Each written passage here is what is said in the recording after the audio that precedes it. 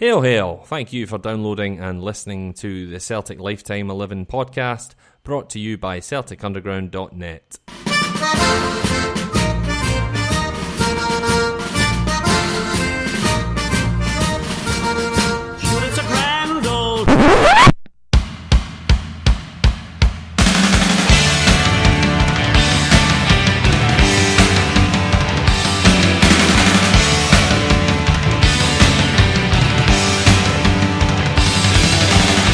Today's guest is Mr. Paul Rutherford.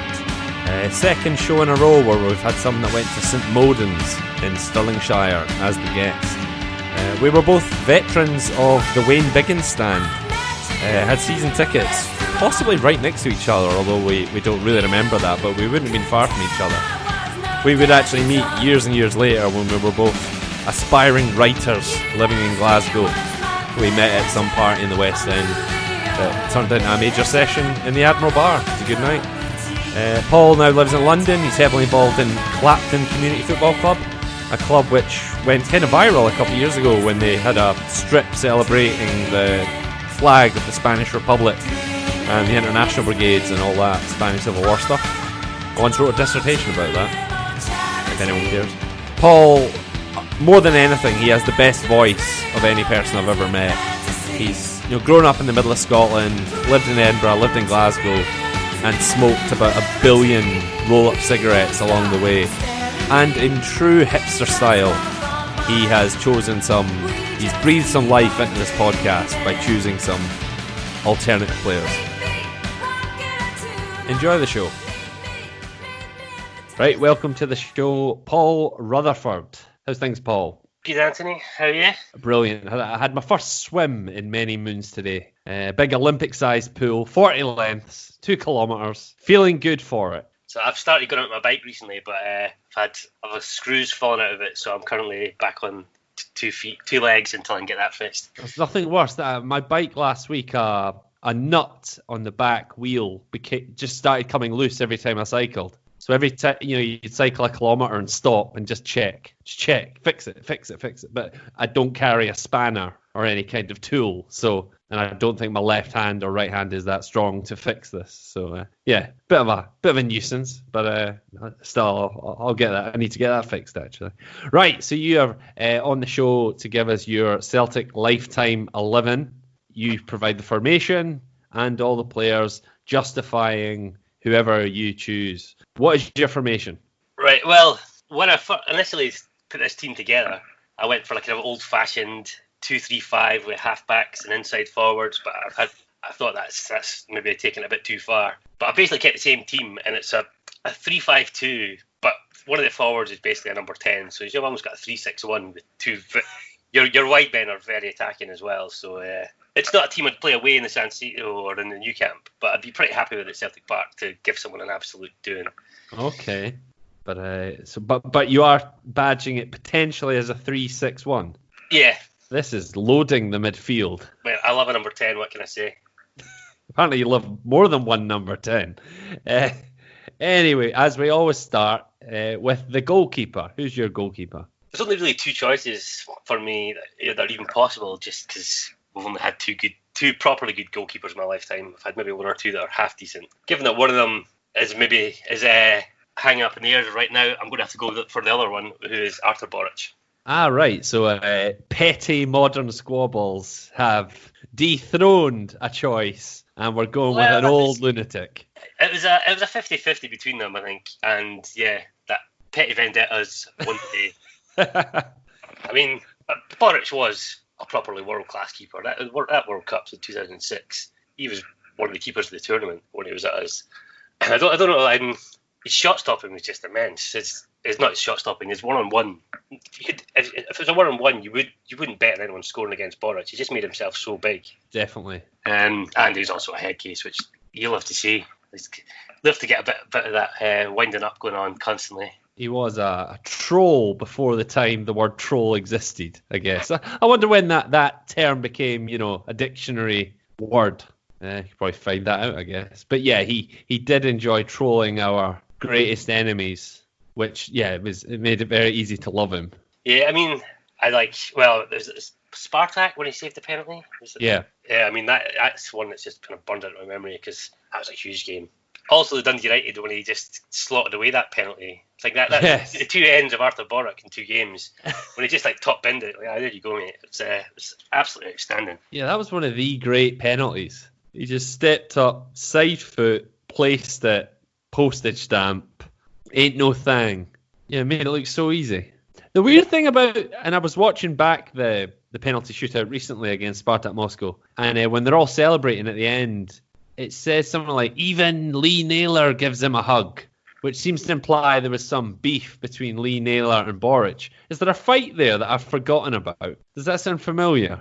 I mean, he ramaged with everybody. I mean, I don't really read too much to the record back pages. I'm assuming that's the kind of place it was. I mean, Boric would fight with anybody, so that wouldn't surprise me at all. I'd certainly bet on and be supporting Artur Boric in a Lee Naylor v Artur Boric brawl. Aye, definitely. I really liked Lee Naylor for that first season. He looked like a player and then he just disappeared. Anyway. I sat on the fence. I didn't commit to the narrative that he was good. And then it turned out he wasn't. So I felt very justified in that position. To this day, even if I'm watching like the kids I teach playing football or something like that, and one of them carves a cross like immediately over the goal, I'll still say, oh, a Lee Naylor, that's a Lee Naylor cross, the one that lands on top of the goal. To this day, when it's down the left hand side, of course, I would never accuse a right-sided fullback of doing a Lee Naylor. That would need to get some new name. But yeah, a left-footed cross that lands on top of the goal, that's a Lee Naylor.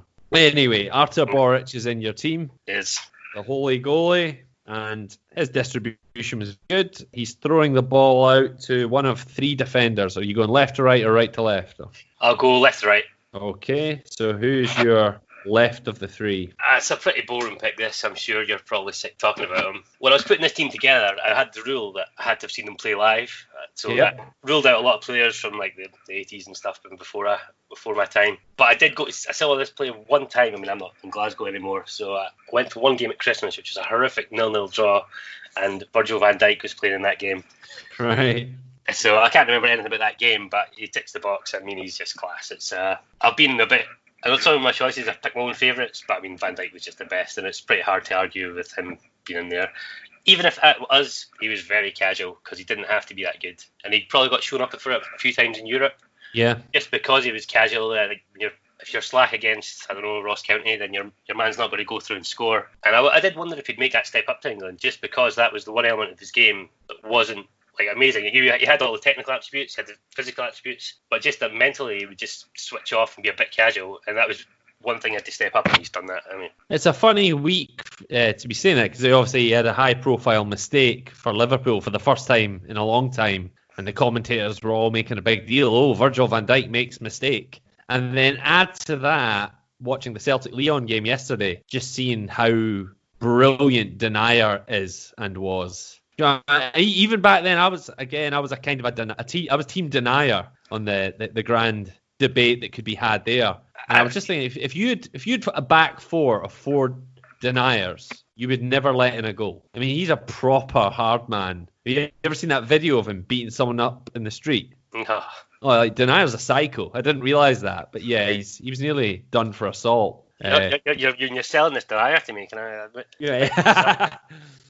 But no, Virgil van Dijk is our man. He's just a Rolls Royce, you know. I mean, that's everyone says that, it's a cliche, but he is that good. He cruises through games. Yeah, he was too good for us. He's too good for the SPL, really. And that's probably an aside, but like a lot of people quite a question why players would want to go to Celtic and step up and love to go to the Premiership, and is it a step up and stuff? But he had to do that to become a better player.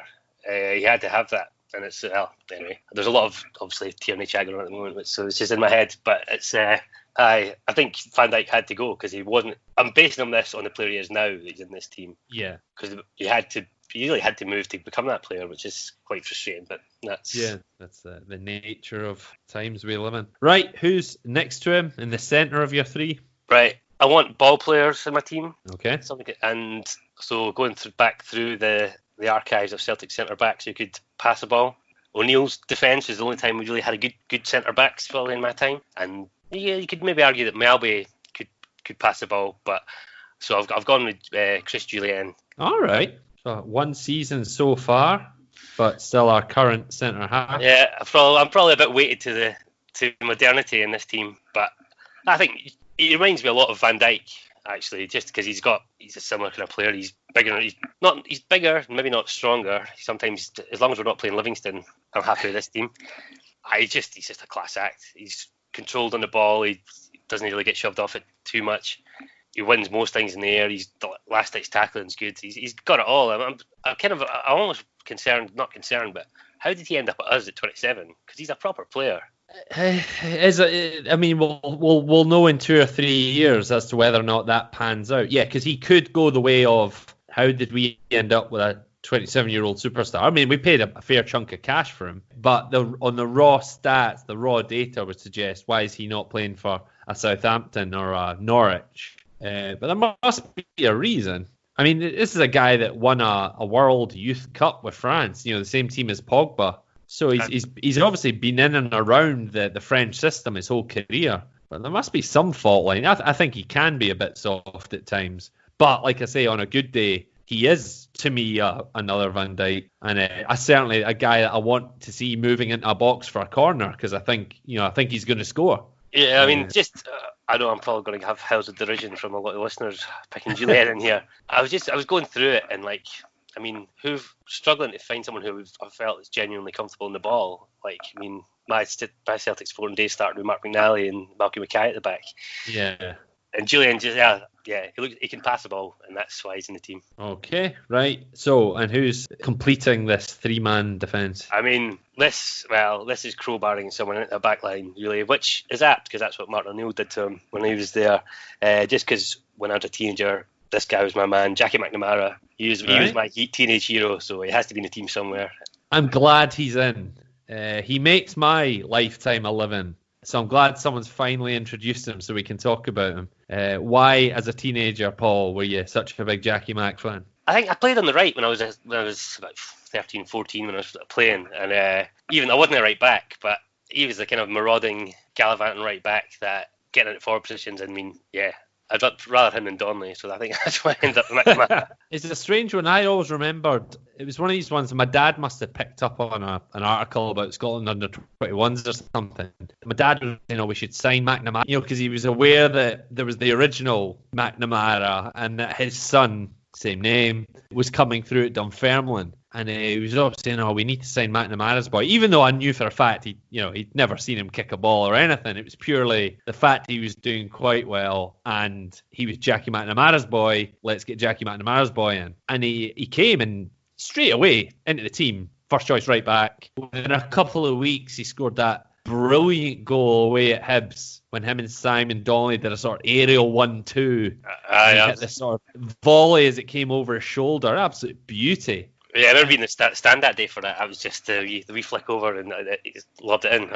Class. Yeah, he really did come in. But the weirdest thing about his Celtic career was that he went from being a right back and being a right wing back / right midfielder under Janssen, where he gets a Scottish Player of the Year award playing as a right mid. And then years later, he gets the Scottish Player of the Year playing as a left back of a 3, and he also played left back and everywhere else. He played centre mid in a Scottish Cup final and scored. That's what I was going to mention. I remember just arriving after queuing to get into Hampden for about half an hour, just getting in as he scored early doors. Did he score early doors for that game? Yeah. Again, it was Hibs. He loved to go against his dad's old team, I guess. And there was a couple of games where he played in centre mid. Martin O'Neill threw him in for whatever reason. 2 seasons in a row against Dundee United, he scored 25-yard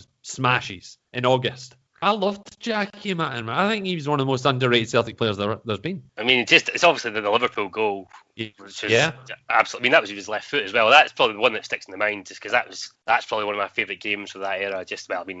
Of that era definitely. But one of the favourite games I've been to, even though we didn't have the full stadium at that time. I don't think it was still the Wayne Biggins stand was empty or not there, or it was getting built or something. But I remember the atmosphere that night. That was one of the biggest, most exciting atmospheres. We went 2-1 up against Liverpool. The place was just jumping. I think that probably helps stick it in my memory, that goal from that game. Yeah, definitely. Yeah, and he was there, wasn't he? He was there for Cheerio 10 in a row. He was there for the O'Neill era. Unlucky to become the Celtic captain just at a time when all the wheels were coming off. Probably deserved more than picking up one shitty Scottish Cup in a season that meant jack shit because of other performances. No, I love Jackie McNamara and glad to see him in your team. Right, so how's this midfield going to get shaped? I've got two sitting deep, so giving a bit of cover in defence. So I'll start with defence midfield as well. First one, again, and I've gone through this, but if we're playing this attacking, we need a bit of ball retention. So Callum McGregor can go in the team, because if we need to keep the ball, I don't think there's anyone that I've seen who's as good at it. I did think about having Lambert in the team over him, because Lambert is probably one of my all-time favourite Celtic players. Yeah. But for specific tactical reasons, we need to keep the ball moving. McGregor's going in. McGregor, yeah, very good chance of getting him. Mighty, just intelligent, so fast on his feet, does everything right. And if he's playing that defensive role, he's the one taking off defence, and he's great at turning, like just taking the ball and turning. When he's playing a bit more forward, I've seen people play he's like a wall, it just comes back off him. But when he gets it that bit deeper and he's got time to turn, then he can start picking the passes and like actually dominating the games. So yeah, that's why he's in there. He's just class, 2-footed. You're definitely right about the turning. And the other thing is he is a player that in a 180 can take the ball, turn and ping it to where it needs to go quickly. I mean, the opposite example of that would be, for example, when Barry Robson was at Celtic. He would take 6 touches when 2 was necessary. And that is why I love Cal McGregor so much. You know, just a guy that it's not about him. It's about how the team needs to be functioning, and whether it's going left, right, forward, back, whatever. You know, if we've got the ball and it's moving, nobody can hurt us. He's just. I mean, like football really is like when you score goals in football, it tends to be a lot of them are counter attack or moving it quickly, spotting that gap and zipping it through. And just the way he's so quick at turning and getting the team forward. That's I think he'll slots right in if he can feed this forward line. And he can strike a ball increasingly. I love those ones. There was a game, I think it was Hearts last season or something like that. And it was one of these games where, you know, the game was probably won. I think we were 2-0 up or something like that. But he gets a shot from 25 yards and just cannons it into the corner. You know, and you see he clearly enjoys scoring goals, as he should. And it's really satisfying to see him just bury one and just, you know, celebrate it and know he was contributing, you know. And he scored a lot of bigger goals than that as well. I mean, that is when he just rolled that one at the net at the cup final. I mean, that cup semi, the one against the Rangers. Yeah. That is one of the great modern Celtic goals. Just passed and just rolled it into the corner. Keeper didn't even move. What could he do? Yeah, and he's the only Celtic player that could or would do that. I mean, not so sure I'd agree with that at the moment, because I think we've got a lot of players who are a bit more comfortable just in their own thought, which is, I think maybe that's just modern football, and that's like the type of players we've got in about our forward line. But he's definitely one that would do it, just put money in him, making the right choice. Yeah, and executing it. Right, cool. So who's his bosom buddy in the defensive role? Because we've got so much going forward, we need a destroyer in there.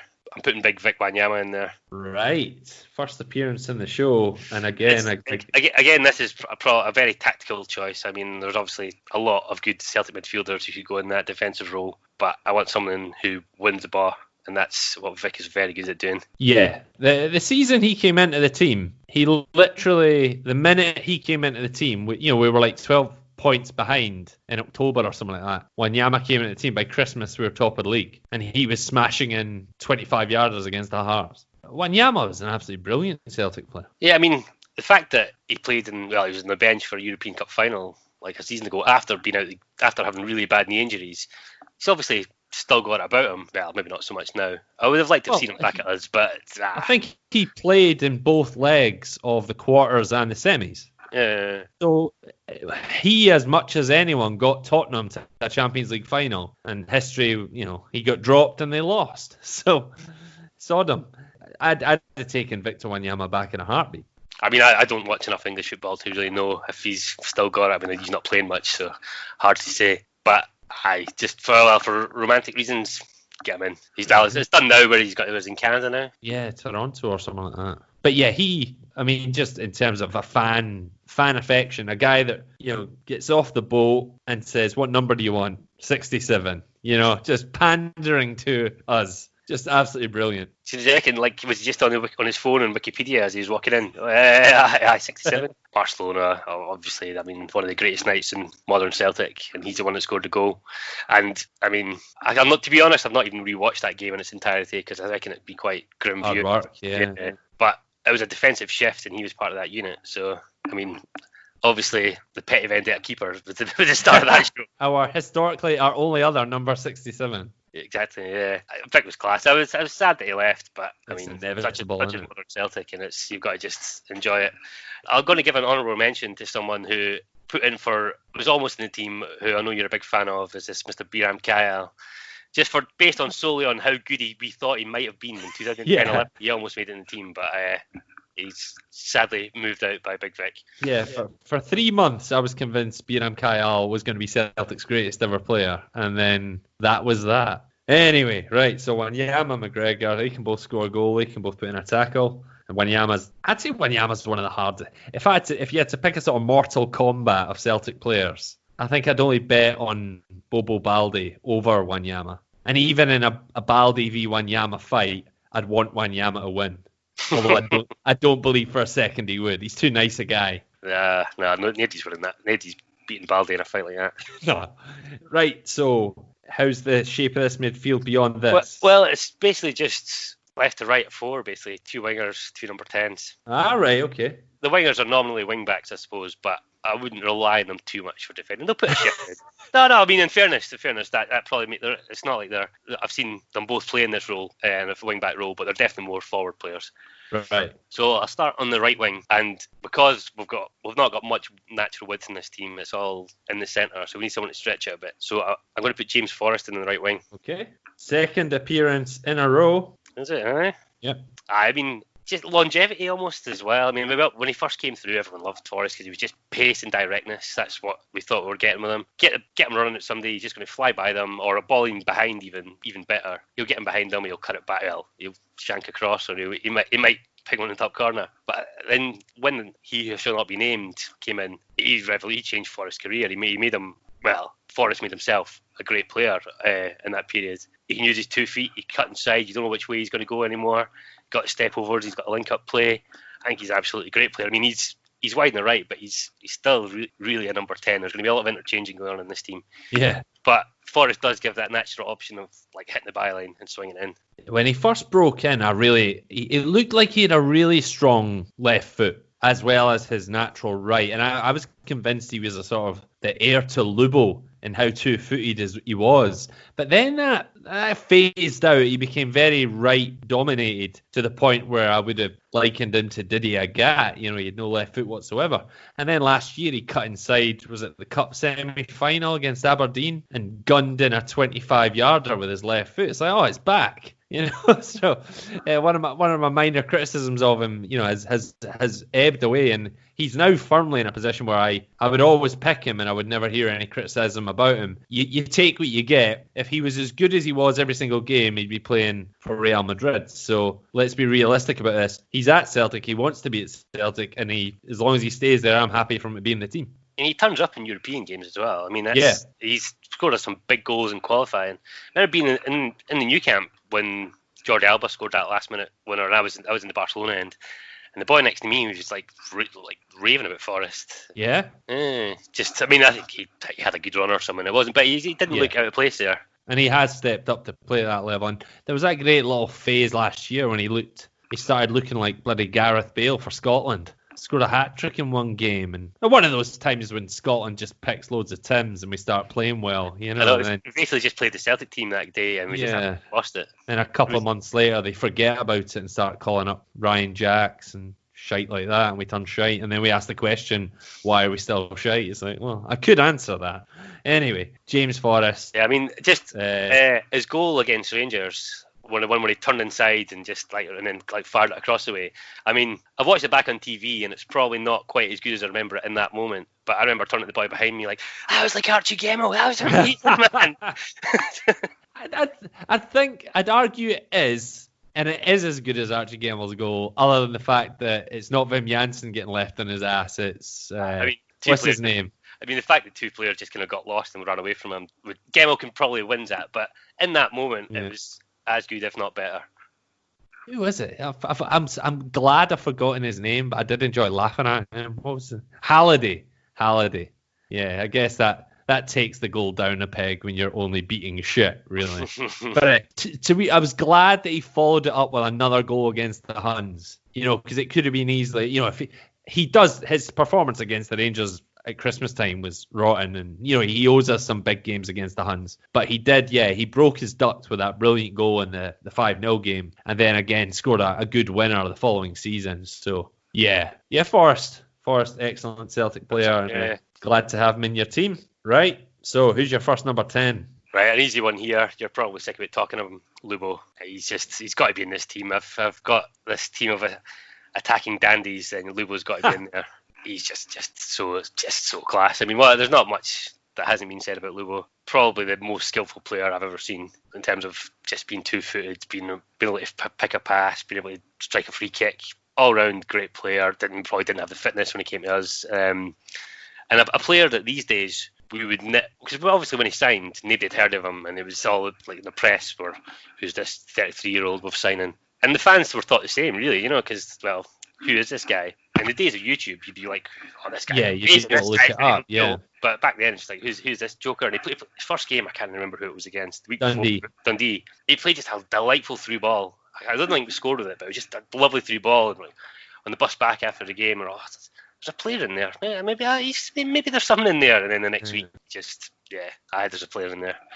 I remember there was one. There's two boys at my school who had a subscription to World Soccer. I was one of them. But I think for the most part, I just used to look at the pictures, to be honest. But yeah, from 1994 to 1999, every World Soccer magazine that came out, I read or looked at the pictures. But I remember one boy in my school, wasn't a Celtic fan, but I remember him saying, "Oh, you signed Lubo Moravcik," and me saying, "Yeah, who is he?" He's like, "Oh, he's good. Yeah, he's been in France for years. He's a Slovak guy. He's really good." And he was the one person I knew that had read his World Soccers and had some clue that there was this guy in France who was actually worth looking at. And it was very strange. He was probably the only guy in Scotland who made that call. He's probably working as a scout for Motherwell. One of my favourite Lubo moments, which came to nothing, was remember the European run where we won the 3 home games and lost the 3 away games. So it was the night Bratback scored 2 for Rosenborg. Oh, yeah. And Lubo got subbed on because obviously we were 2-0 down. We were getting beat. And we had a free kick. And Lubo literally ran from the dugout straight to the ball and took the free kick. Like, I don't think he even broke his stride. It was just like, fuck off, boys. This is mine. Just a 50-meter run up for this free kick. He didn't score. I can't remember if he hit the wall or hit it over the bar or what. I just love that intent. It's like, no, this is my turf. I was having a blether with his son last week, actually. Is this your the Bratislava connections, is it? Yeah. Small world. Anyway, right, so, Moravcik genius. One thing, again, the players that played in the 6-2 and the 5-1 are my real legends. And he is very much a key player in both. No, I think I'd agree. I've probably not got as many of them in this team as probably deserving. But, I mean, that's, for me, they're like the high watermarks. I had the season booked for the last few years, not this year. So I've seen all those, like, the absolute spankings we've been dishing out to them over the last few years. But I don't know, I think because they're poor now, those ones from back then count a lot more because they were unexpected. I mean, that 5-1 game, that was one of the, that was the highlight, because even when we won the league, they like stopped the 10, like we were battling. I think we beat them once that year, did we? The year we beat them in the New Year game. Mackay. We drew in the Princess Diana game. I remember Richard Goff getting at me right when him scored one that year. And so like that 5-1 game is that is the game. Actually, we thought there was a sea change. Obviously, that didn't quite happen then, but it felt like it was coming. Of O'Neill finally saw it over the line. The 5-1 game was weird. I think it was the last Celtic Rangers game I listened to on the radio, because it would have been a Saturday afternoon, 3 o'clock. So beyond that, everything was probably on the TV or I was at the game. But that was one that was just like, sitting in the living room in my house, just like stunned. I knew some family members were at the game, but I think it was me, my mum, and my sister or something, just like going absolutely bonkers, I think I just moved to Edinburgh to go to uni, and so it was my first day on the uni bus. And then obviously didn't know anyone. The bus moved because buses move, but obviously when you don't know anyone, you're stuck. So I ended up back at some other random Edinburgh bus, took this wee boy under their wing, and I got absolutely battered with them laughing. It was a very good day. Right, so who's your second number 10? This is definitely a romantic choice. Andreas Thom. Andy Thom, first appearance on the show. I think the first season I ever had a season book at Parkhead. I'd been going odd games here and there before that, but it was the year where it was signed Thom. And our first game of that season, I remember Dino Batumi. I don't know if he scored that day. I remember Simon Donnelly scoring a worldie. But Simon Donnelly scored a beauty, but Thom scored 2 headers in the first half. So he'd put us 2-0 up. And then, Simon Donnelly scored an absolute peach. But it was him and Van Hooijdonk were obviously the two players, but I loved Andy Thom. He had a pass and he had a shot on him. He was just quite a classy player, which in that era we maybe didn't have so much until then. I mean, I only saw the end of McStay. Colin was obviously great. I don't know, Thom just had that because he was a big money signing from abroad and all that, so it had that bit of romance about him as well. And I thought he was a great player as well. He's gone in there just for memories of my teenage years more than anything. Yeah, bit of nostalgia, excellent. My younger listeners might not be aware, Andy Thom was one of the first East Germans to get called up and play for a united Germany in the early 90s. So a German international, played in Euro 92, came on in the final, but not, sort of Klinsmann-esque superstar, but a fine player. And then Celtic picked him up in 94 or 95. It's mad because we spent, I don't know, was it 2.2 million or something on him? Yeah. Maybe even more than that. But he was almost 30 when we signed him. Yeah, which is unthinkable now. There's no well, not unthinkable. If we needed to fill a hole, we'd maybe spend a couple of million. But we'd be signing players at 21, 22 if they were for that money these days. But he was class. He was fast. He was intelligent. He could score a goal. Famously, just away at Ibrox, just gets it out of his feet and just hits an absolute shell. That ball's still travelling. Yeah, it was one of the great Celtic goals against Rangers. It's just like a good goalkeeper at the peak of his power doesn't even see it, and nobody would have seen it. The ball just burst the net and confused the shit out of Jerry McNee, because in the same game there was that moment where Rangers equalised, it got chopped off, and they didn't mention the fact it got chopped off and just sneakily changed the score from 1-0 to 1-1 to 1-0 and. Celtic are still winning. It was a good few minutes, if I remember rightly. It was mental. I was like, just someone in my family saying, "Wait a minute, why are we winning again?" Something happened. But yeah, Andy Thom scored some lovely goals. I mean, just remember, he scored one at Pataudry, which was, well, I'm going to give him the benefit of the doubt that he delicately chipped it in, and it wasn't a cross that he shanked, that he went in the top corner. But it was basically very close to being a reverse Lee Naylor. It just dropped in. I think he kind of celebrated it sheepishly. It was kind of like that, yeah. But it was a lovely goal if you brand it as deliberate, which you are. Yep, definitely meant it. Always give the Celtic player the benefit of the doubt, unless it's Gary Caldwell. In which case, you would have known what he was doing because he would have pointed in that direction before he did it. But yeah, Andy Thom came, had a good first season. Can't remember. He scored in the Three Amigos game, the Di Canio debut. I mean, I remember that game in particular. I remember being at Rugby Park that day. The stand was shaking. It was like suspension. The stand was going. It was just bounced up and down, and Thom scoring there as well. That was a great goal. He kind of, I don't know, he didn't play that much. He was kind of in and out of the team a wee bit that season because we had a lot of we had Di Canio and Cadet and Hooijdonk, and who else was McStay still playing, or he was in and out through injuries. So I think Thom, because we kind of, he was a 2 in a 4-4-2, but then when we got Di Canio and Cadet came in, he was, because he was more of a number 10. He was more kind of. Yeah. There's an interview on YouTube of him talking about that second season, and he's very aware that he dropped in. He says he actually quite enjoyed not having the responsibility to score goals, and he liked hitting the connecting pass and the assists and stuff. He was he was happy to do that. And there's also the Dundee United game as well, the cup game. Yeah. I mean, which I had a ticket for. I would have been in the temporary stand that day because that's where I sat, right behind the goal where those 2 last-minute comeback came in. But I was out getting horsed 12-0 in whatever game I was playing that morning, and made it back to the house with about 10 minutes to go in the Celtic game. So watched that on the TV, that comeback, and that's probably my biggest regret in Celtic is that I didn't go to that game that day because that just looked on the telly. It was amazing. I was going crazy, but yeah, that was absolutely awesome. Mental. My sister and my dad were right behind the goal. So that last replay they had where it was just Andy Tom, his back, just running through 1-on-1. Yeah. And my family members were bouncing in the background. You could see them obviously in a pre-HD environment. I'd have probably been in the row behind them or so if I'd been there because that's where my seat was. So. Yeah. Absolutely class. Yeah, Tom was good. And we've got two players next to each other born behind the Iron Curtain.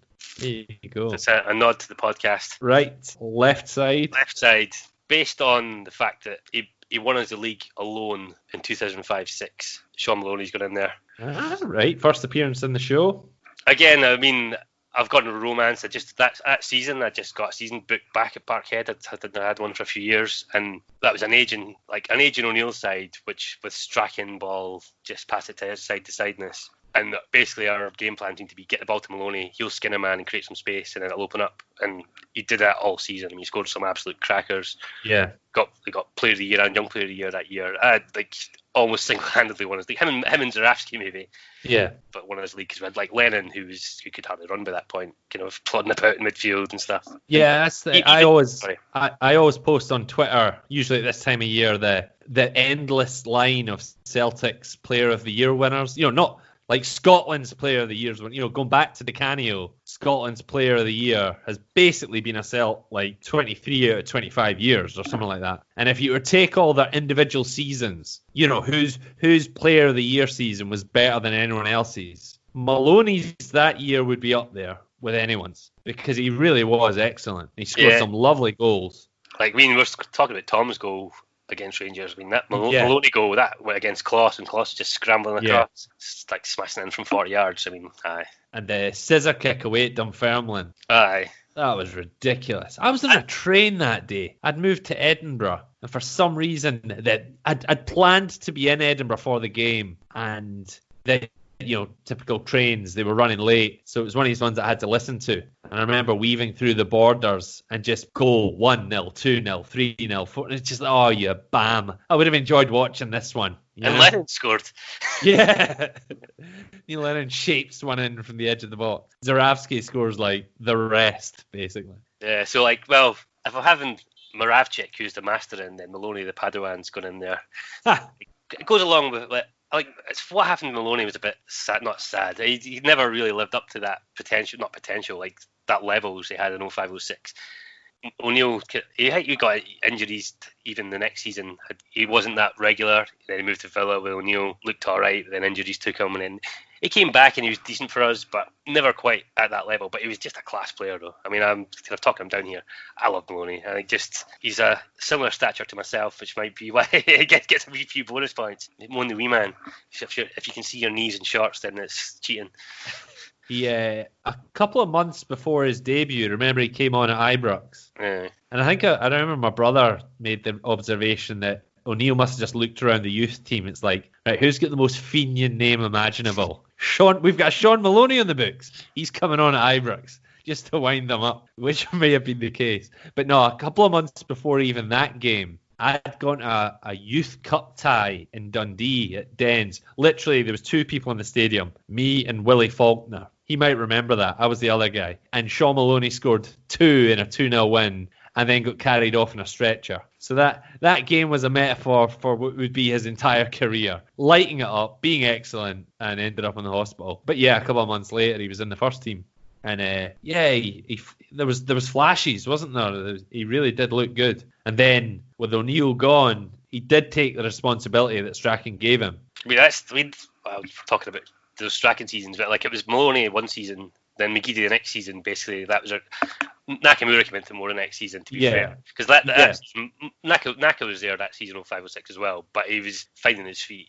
He'd score a free kick, he'd maybe have a flash, but he wasn't particularly consistently dominating games. Yeah, the players of the year for those 3 seasons were Maloney, Nakamura, McGeady in that order, and that would definitely reflect the seasons where they were the most influential. But yeah, the year Maloney got Player of the Year, a goal in the League Cup final, and a star in a romped league title. Absolutely excellent. Had some decent. He played well in the Champions League once or twice against Benfica, but not well enough for us to win a group, or maybe he must have been in the groups that we progressed. But I don't think he ever. No, because he must like that season. Did he play that? Because he went to Villa the next season, was it? At the time we pumped Benfica 3-0. The time we pumped Benfica 3-0, he set up Kenny Miller to score. So he did have at least one good game in the Champions League, and then went on to win an FA Cup with Wigan, incredibly. And one of the great nights in Celtic Park of recent times, when Scotland beat the Republic,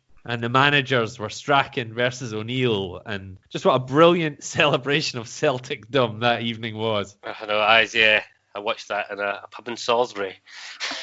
But yeah, he took a short corner, run it into the box. Scott Brown flicked it out to him, and he shaped it into the bottom corner. Absolutely brilliant goal. It's like that was like a goal of a computer game where you work a wee set piece movement and it all comes off. It was just perfect execution. I mean, that's the guy you'd want if you want somebody to pass the ball at the corner from 18 yards through a box. That's the guy who'd want to do it. Yeah, Sean Maloney was a cracking player. And that leaves us with one more player, our striker. Who could it possibly be? I know, is there even any point talking about this guy? Larson, obviously. I mean, it has to be in the team. It's a joke. It's lies otherwise. Just the best. What can you say? I quite like the idea of a Larson-Tom duo. I know you're not playing it as a 2 up top. Well, it's going to be very fluid. Those flags basically interchanging a lot. Of course, Tom and Larson did actually play. Remember, they played at the start of the Janssen season, and there was a day, the week before we played Dundee United in the League Cup final, we horsed Dundee United in the league 4-0, and Tom played his way back into the cup final team with a brilliant performance. And then the week after the cup final, he played the worst performance I've ever seen in my life away at Kilmarnock. And that was the last time he ever pulled on boots for the Celtic. But he did have that one last hurrah at Celtic Park where he played next to the King of Kings. And I think Larson got 1, Tom got 2, maybe, something like that. I'm not sure. I was definitely at that game, but I can't remember the score. Yeah. I think it was the first of Henrik Larsson's 50 dinks of a goalkeeper in a green and white shirt. I mean, what I always remember about Larson is the amount of chances that he missed, and like people, it's just because he got so many chances. He scored a lot, but he wasn't scared to miss. Because I was watching the Larson goals DVD with my cousin, he's maybe a bit younger than me, so he didn't really see Larson in his prime. And it's like what this doesn't show is just how many chances he created. He created for himself or got played in. He's 5 or 6 a game, which is just outrageous. I don't know how he pulled it off. Yeah, I was thinking about Larson just last night when I was watching El Hamid go down with an injury, and it just triggered that thing in my mind. Also, Dembele watching the Lyon game, and just the idea that I never really love Celtic players who might not be playing next week for an unspecified reason. Do you know what I mean? It just wears me down. His ankle's gone. Oh, his wrist's gone. Oh, he's got, wisdom teeth coming in. Just all that shit. It wears me down. Whereas Larson, you literally had 7 years of, yes, he's got a broken leg, he can't play. He'll be back as soon as that's fixed and not miss a minute beyond it. And then he's going to break his chin or his jaw at one point because some guy is going to flail an elbow in him. But again, he'll be back in 2 weeks to score against Liverpool. Beyond that, 7 years of, I'm playing, I'm ready to go and I'm scoring goals. I loved that. That was one of the many great things about Larson. He always played.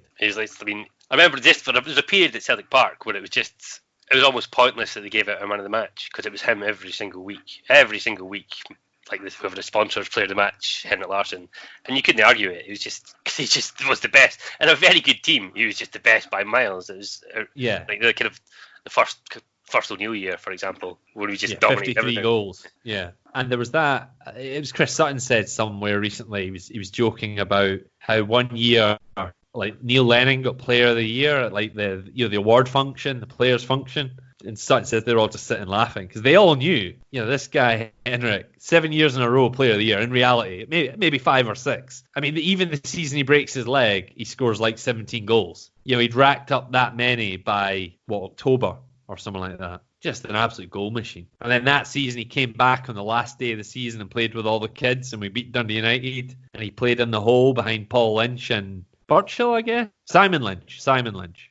But yeah, and then he went to the Euros and played for Sweden, scored against Italy. That was one of the great Celtic goals in a major tournament when he got put through 1-on-1 with Toldo, who was the goalkeeper of the tournament for Euro 2000, and Larsson just does him with a step over, leaves him on his arse. That was his first goal after a leg break and 6 months out. Just what a player, what a genius. I mean, I remember I was at Easter Road, that famous like Chick Charlie pass. Yeah. As was I. Not many people really, I think, thought, "Oh, who's this? We signed a donkey here." Yeah. But it was a bit, this guy's meant to be the real deal. And was it St Johnstone his first goal? Your memory for the diving header. Yeah. Like I think that's what changed it for us. But even in his first season, a lot he wasn't really a number 9. I mean, he was I know he was never number 9, he was number 7, but he was that kind of goal scoring striker. He was always he's more of a number 10, like we've got tons of them. And it was only over a bit of time that actually he was rattling in so many goals. Like, actually, you just stay up front a wee bit, Henrik. Yeah. In fact, it was the second season. You run about, Henrik, because you do what you want, because you're that good. You're going to score goals. There was that spell in the second season when he just, I think he had like 3 hat tricks in 4 home games, or was it? I think it went hat trick, 1, and then 5 away at Motherwell or something. Do you know what I mean? He just started scoring take the piss numbers, and it was just like, what's going on here? And he never stopped. Once he started, it was just ridiculous. And he scored so many against the Huns. Again, once he started doing it, he never stopped. I remember at uni there was a Dunfermline fan. He used to always tell me, "Oh, Larsson never does it against us. Andreas Skerla has his number." And I remember looking up the stats. He averaged like 2.1 goals a game against Dunfermline. I mean, his numbers would have been like that against everyone, but the comical, delusion that people have. Oh no, he never does it against us. Sure. Another, like, this is, again, obviously there's all the great points to Larsson, but one thing he was really good at, that it was winning throw-ins. When we were getting, like, when he's got the ball just in their half, there's about 3 defenders around him, he'd win a throw-in. We'd very rarely, like, give the ball away in those situations. Yeah. He wouldn't just like try and skin a man and then run it to nowhere. He'd know to just like flick it off someday, right? Throw in Celtic ball, move up the pitch. Yeah. Which, like, well, I mean, obviously that's not particularly highly rated given all his reference. Yeah, but it's for the, like, in terms of just working for the team, he had a lot more than just scoring goals and creating goals. Yeah. One of my favourite performances was when it was after he was at Celtic. He'd moved on. It was Euro, or was it the World Cup? It was either Euro 2000 or the World Cup 2006. Might even have been the Euros 2008. I'm not sure how late he went. But there was a game where Sweden were getting put out, and they got put out. It was against Arshavin's Russia, right? So it was Russia 2008, and Sweden were getting put out, and Larsson dropped into play centre mid for the second half and was the best player on the pitch. Do you know what I mean? Just passing, spraying, winning tackles, charging people. This is like when he was like 35 or something, and he was the best player on the pitch in an international match, playing in a position that he did not play. He was just so good. Yeah, I mean, I do feel guilty by packing this team full of, well, obviously Larsson's your striker and all these number 10s, and thinking of all the great strikers we've had. A target man would probably work in this. Somebody can hold it up a bit more, but... he could do everything. Larsson can do it himself. I was more just kind of... You've got your Suttons and even your Viduka. I thought he was a great player for Celtic. Viduka was a great player. Obviously a bit of an arse, but fine player. Cadet was just for his goal scoring was almost in there, but in fact, a Cadet was maybe in this kind of lineup with all these number 10s would score a barload as well. But it's ridiculous. Larson's too good to be kept behind him. You'd love to see Larsson play next to all of them. We were lucky we saw Larsson play next to Maloney, next to Tom, next to Moravchik, next to Sutton, next to Hartson. We never got the... Amazingly, I think Larsson even played in a game with the Canio. away in Dublin, and then Di Canio buggered off like the next day. It was like the last pre-season friendly, or the first pre-season friendly of the Larsson season. But that's a weird thought. But yeah, we never saw a Larsson cadet duo, which would have been ridiculous. Or even a Larsson Van Hooijdonk, the Feyenoord connection. That would have worked as well. But yeah, Larsson's in there, as he always is. As good as it gets. Now, finally, I think that team, would this team win in Seville? I'm just going to say yes. I mean, yeah, that's as a forewarn at the start. This team would dominate Celtic Park, but I would not play it away in the new camp. I'd be a bit worried about it. I could see Wanyama just grabbing Deco by the throat and lifting him like, Thanos with Loki in the Avengers movie, just crushing him. The more I look at it, actually, the more I'm thinking, actually, they do a job that they've packed the midfield, getting about them, stop the ball, stop them moving it around. I'll go with it. As we always end the show with, who is the one that got away? Who could have supplemented this super team? Who's the player you wish Celtic had signed? I'm going along I was basing this on players we almost might have signed. Is that the premise? See it as you see it. Well, I mean, Ginola is always the player that sticks in my head as being someone we almost had and didn't he?